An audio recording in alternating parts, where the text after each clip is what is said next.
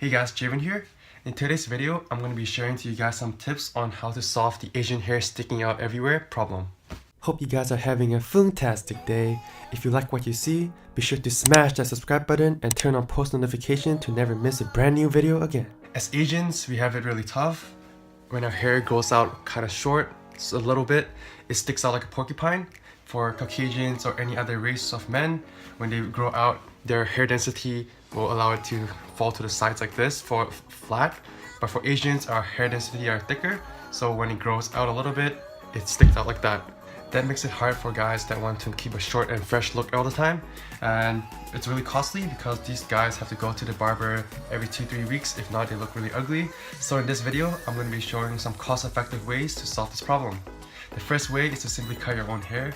There are many YouTube videos out there now that you can see how to simply cut your hair easily, and that's really easy because you can just buy the hair cutter for like $30 at Walmart and then cut your own hair.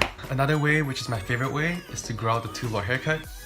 So as you can see here, this is kind of a two-blow haircut slash undercut. As you can see, my sides here, there's hair, and over here too.